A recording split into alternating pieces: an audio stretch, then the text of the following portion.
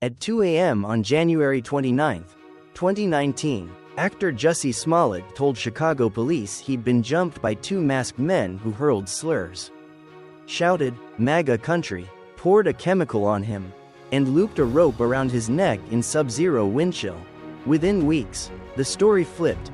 Detectives said the hate crime was staged with the help of two brothers who knew Smollett, and a special prosecutor later secured a 2021 jury verdict on 5 counts of disorderly conduct for filing false reports. In March 2022, a judge sentenced him to 150 days in jail, 30 months probation, and ordered $120.106 in restitution plus a $25 fine. Then the plot twisted again. In November 2024, the Illinois Supreme Court overturned Smollett's convictions, finding that an earlier 2019 non-prosecution resolution barred the later case, a ruling the special prosecutor blasted but that stood nonetheless. In 2025, Smollett reached a civil settlement with the city of Chicago that included a $50 charitable donation, without any admission of guilt, keeping the public divide intact. So what actually happened on that freezing Chicago night? And how did a single police report spiral into years of indictments, reversals, and a reckoning over truth, celebrity, and the media? Jussie Smollett was born on June 21, 1982, in Santa Rosa, California, into a large, artistic family that valued both creativity and resilience. He was one of 6 children raised by Joel and Janet Smollett, parents who instilled in their children a deep sense of identity, pride, and the importance of standing up for themselves. His father, Joel, was of Jewish and Russian-Polish descent, while his mother, Janet, was African American and actively engaged in civil rights causes. This unique cultural blend gave Jussie and his siblings a worldview rooted in both diversity and activism. Growing up in a house filled with siblings meant there was always noise, energy, and a sense of competition. The Smollett children often performed together, whether in makeshift plays at home or in small community projects, and their mother encouraged them to pursue the arts. Jussie quickly revealed a natural flair for performance, his charm and charisma evident even in childhood. However, the Smollett family also knew hardship. They moved frequently, and finances were often stretched thin.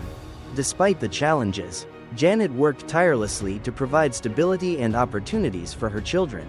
She was determined to instill in them not just ambition, but a belief in justice and fairness.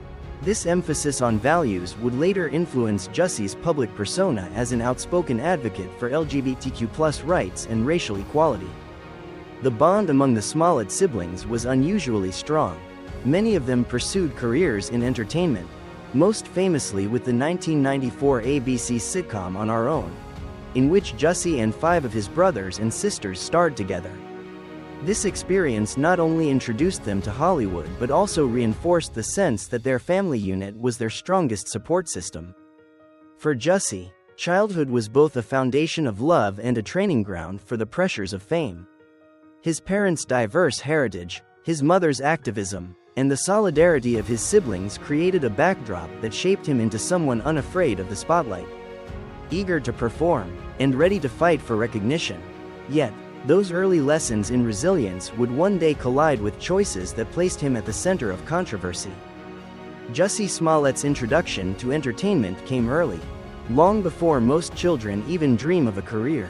By the age of 5, he was already appearing in commercials, his expressive face and natural ease in front of the camera setting him apart.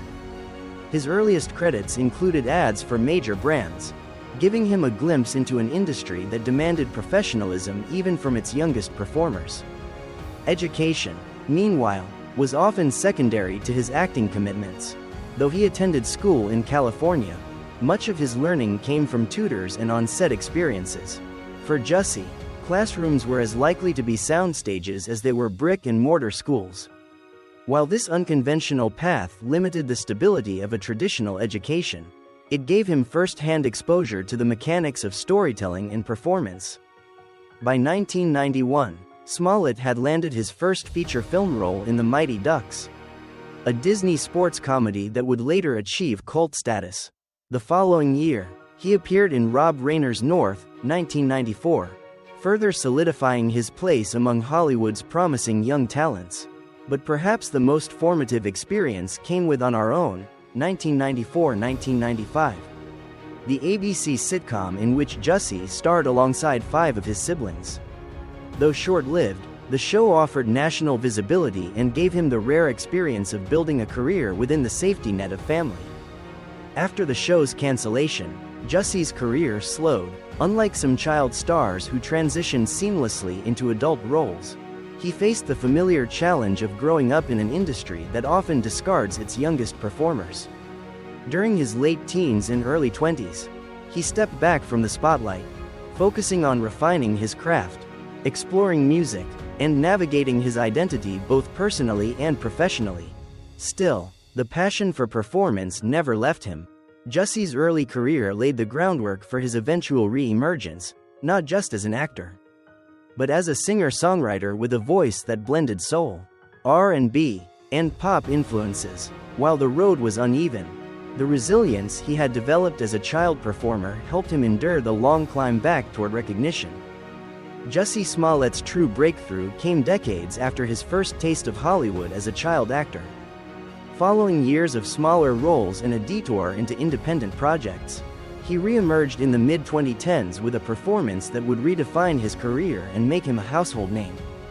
That role was Jamal Lyon in the Fox drama Empire.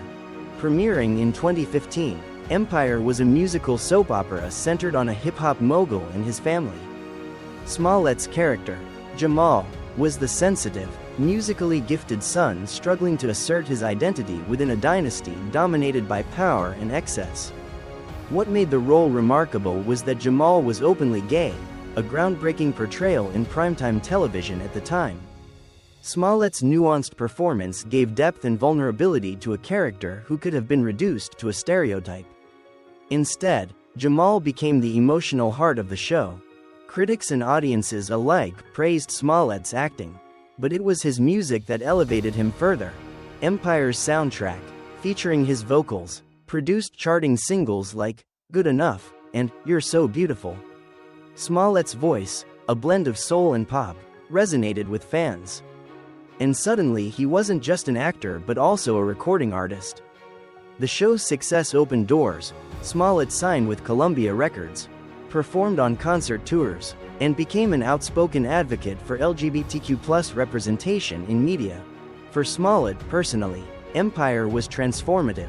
It gave him the courage to publicly come out as gay in 2015. A move he described as both liberating and necessary. In interviews, he spoke passionately about visibility, equality, and his desire to use fame for social good. This authenticity endeared him to fans and cemented his image as both an entertainer and an activist. Awards and accolades followed. The Empire Ensemble won NAACP Image Awards, and Smollett himself received multiple nominations for his performance. His presence on the red carpet, stylish and confident, signaled that he had fully arrived in the upper tier of Hollywood's rising stars. By 2017, Smollett had expanded his resume further. He directed an episode of Empire, released his debut album Some of My Music, and continued to balance acting, singing, and activism. He was invited to speak at rallies, lent his voice to charitable causes, and became a recognizable figure not only in entertainment but in broader cultural conversations about race, sexuality, and justice. At this point, Jussie Smollett's trajectory seemed unstoppable. From a child star to a network sensation, from commercials to activism, he had crafted a brand built on authenticity and talent. He was admired not only for his artistry but for his willingness to be unapologetically himself in an industry still grappling with representation. But as the spotlight grew brighter, so did the pressure. Fame magnified both triumphs and insecurities, and within a few years, the narrative around Smollett would pivot dramatically, from celebrated star to the center of one of the most polarizing scandals in modern Hollywood history. Jussie Smollett has always been protective of his private life, even as his public persona became increasingly defined by visibility and advocacy. Unlike many stars who embrace the glare of tabloids, Smollett kept his romantic relationships largely out of the spotlight, yet the glimpses he did share revealed the tension between being a private individual and a public figure representing multiple marginalized communities. When he came out publicly as gay in 2015 during an interview with Ellen DeGeneres, Smollett reframed his personal life as a form of activism. For years, speculation had swirled about his sexuality, and rather than let rumors dictate his narrative, he chose to speak openly. "There's never been a closet," he said, clarifying that while he wasn't hiding, he simply valued privacy. This announcement strengthened his bond with fans, particularly LGBTQ+ audiences who saw in him an authentic role model. Despite his openness about identity, Smollett remained discreet about partners. Rumors occasionally linked him to other actors and musicians, but he rarely confirmed anything publicly. Instead, he channeled his voice into broader conversations about love, acceptance, and equality. He often spoke about the challenges of being black and gay in America, highlighting how love and relationships in such contexts carried layers of cultural and societal complexity. His music, however, offered windows into his emotional world. Songs like "Heavy" and "Hurt People" from his debut album carried confessional tones, hinting at heartbreak, longing, and resilience. Fans speculated that these lyrics reflected real relationships, hidden romances that shaped his artistry even if they never made headlines. Smollett's closest and most consistent love story remained with his family. As one of 6 siblings, he often described his brothers and sisters as his foundation. Their support during his rise on Empire and later during his legal troubles underscored that. For him, love was as much about kinship as romance. His sister, actress Jussie Smollett, became one of his fiercest defenders, often standing by him when public opinion turned harsh. After the 2019 scandal, Smollett's personal life became even more guarded. Media outlets speculated about the strain the allegations placed on his relationships, both romantic and platonic. Some reports suggested he withdrew socially, focusing instead on legal battles and family solidarity. For someone once celebrated for openness, it marked a retreat, a tightening of boundaries between the man and the persona. Through it all, Smollett framed his views on love as aspirational. In interviews, he emphasized that love, whether romantic, familial, or communal, was the antidote to prejudice and fear. Though his own relationships remained largely hidden, his belief in love as a force for justice and healing became part of his identity as an artist and activist. For years, Jussie Smollett had been known as the soulful voice of Empire and a proud advocate for representation. But in January 2019, that narrative collapsed into one of the most divisive scandals of recent Hollywood history. In the early morning of January 29, Smollett called Chicago police with a shocking report. He had been the victim of a hate crime. He described being assaulted by 2 masked men who yelled racist and homophobic slurs, doused him with a chemical substance, shouted, "This is MAGA country," and looped a rope around his neck. The incident, set against the bitter cold of a Chicago winter, struck a nerve in America's polarized climate. Media outlets amplified his story within hours, and celebrities, politicians, and activists rushed to support him. But almost as quickly, cracks appeared. Surveillance footage failed to corroborate details, and investigators uncovered connections between Smollett and 2 Nigerian brothers, Ola and Abel Osundairo, who had worked with him on Empire. Authorities alleged that Smollett had orchestrated the attack himself, paying the brothers $3,500 to stage the assault in an effort to generate publicity and leverage sympathy in salary negotiations. On February 20, 2019, Smollett was charged with 16 felony counts of disorderly conduct for filing false police reports. The spectacle was unprecedented. A rising star accused not of being a victim, but of masterminding his own attack. Though charges were abruptly dropped a month later in a surprise decision by Cook County prosecutors, after Smollett agreed to community service and forfeited his $10 bond, the damage was done. Chicago officials blasted the dismissal, and public opinion hardened against him. In 2020, a special prosecutor reopened the case, leading to a trial in December 2021. A jury found Smollett guilty on 5 counts of disorderly conduct. In March 2022, he was sentenced to 150 days in jail, 30 months probation, $120.106 in restitution to the city of Chicago, and a $25 fine. His defiant courtroom declaration, "I am not suicidal, I am innocent," was broadcast worldwide, cementing the scandal as both dramatic and polarizing. For Smollett, the fallout was catastrophic. He was written out of Empire's final season. His music career stalled, and his reputation plummeted. What had once made him a symbol of hope, his authenticity, his willingness to be outspoken, was now weaponized against him. Many accused him of undermining real victims of hate crimes, while supporters argued that the legal process had been politicized and racially charged. Yet the saga didn't end there. In November 2024, the Illinois Supreme Court overturned his convictions, ruling that the original 2019 non-prosecution agreement barred the later trial. Prosecutors called the decision a miscarriage of justice, but it stood, effectively wiping his record. In 2025, Smollett reached a civil settlement with the city of Chicago, donating $50 to charity without admitting guilt. The resolution reignited debate. Was he vindicated, or merely spared by legal technicalities? What began as a police report had spiraled into a cultural flashpoint, raising questions about race, sexuality, celebrity, media trust, and the politics of justice. For Jussie Smollett, it marked the darkest chapter of his career, a scandal that redefined him not as the breakout star of Empire, but as a lightning rod for controversy. The scandal left Jussie Smollett in ruins. Once hailed as a rising star of television, he found himself blacklisted in Hollywood, dropped by his agents, and written out of Empire before its final season. Studios were reluctant to associate with him, and his music career, which had shown promise, evaporated almost overnight. For someone who had once been celebrated for authenticity and representation, the fall was swift and brutal.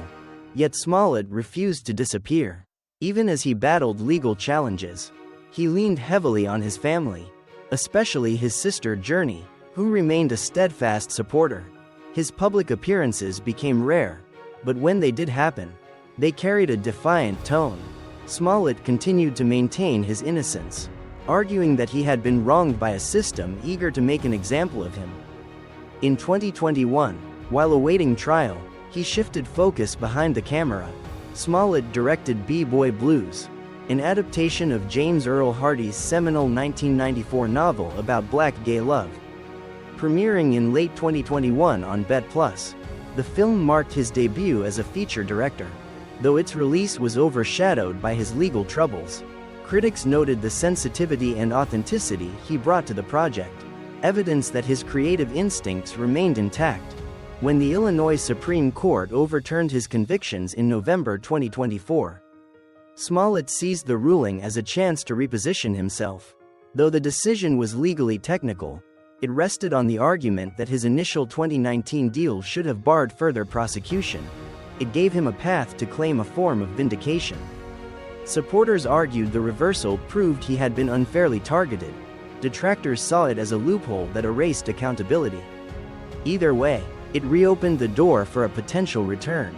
In 2025, Smollett reached a civil settlement with the city of Chicago, agreeing to donate $50 to charity without admitting guilt. The move allowed him to close a chapter that had consumed 6 years of his life. Almost immediately, speculation turned to whether he might attempt a comeback in entertainment. Smollett himself hinted at it, speaking about unfinished projects and the importance of telling stories from marginalized perspectives. He expressed gratitude toward those who had stood by him and emphasized resilience in the face of public humiliation. His defenders framed him as a survivor of both a media firestorm and a justice system gone awry. Still, the stigma lingers. For many, his name remains synonymous with deceit. For others, he is a symbol of overreach and scapegoating. Any comeback he pursues will be shaped as much by public perception as by his talent. Hollywood loves a redemption arc, but Smollett's challenge is unique. He must convince audiences not only that he has artistry left to give, but that he deserves another chance to be heard. As of 2025, Jussie Smollett remains a polarizing figure, with his convictions overturned by the Illinois Supreme Court in late 2024 and his civil settlement with the city of Chicago finalized in 2025. He has closed the legal chapter of a saga that consumed 6 years of his life. Yet the cultural debate surrounding him is far from over. Professionally, Smollett is cautiously testing the waters of a return. His directorial debut, B-Boy Blues, gave him credibility as a storyteller, and he has hinted at pursuing more projects behind the camera while slowly considering a return to acting in music. Whether Hollywood is willing to embrace him again remains uncertain, but Smollett continues to frame his future as one rooted in resilience, art, and advocacy for marginalized voices. Personally, he keeps a lower profile, often leaning on family and close friends for support. His public appearances are rare but intentional, marked by defiance and gratitude. Smollett insists he was wronged, portraying himself as a survivor of both systemic overreach and media frenzy. To his critics, however, he remains the face of fabrication, a man who damaged public trust in hate crime reporting. This duality defines his present. To some, he is a cautionary tale; to others, a flawed figure deserving of redemption. What cannot be denied is that his name has become shorthand for one of the most sensational scandals in recent entertainment history. And so the story of Jussie Smollett is unfinished. Will he find a path back to artistry and relevance, reshaping his legacy through creativity? Or will the shadow of that freezing Chicago night forever define him? The answer will not be written in courtrooms but in the choices he makes, and whether audiences are willing to believe in him again.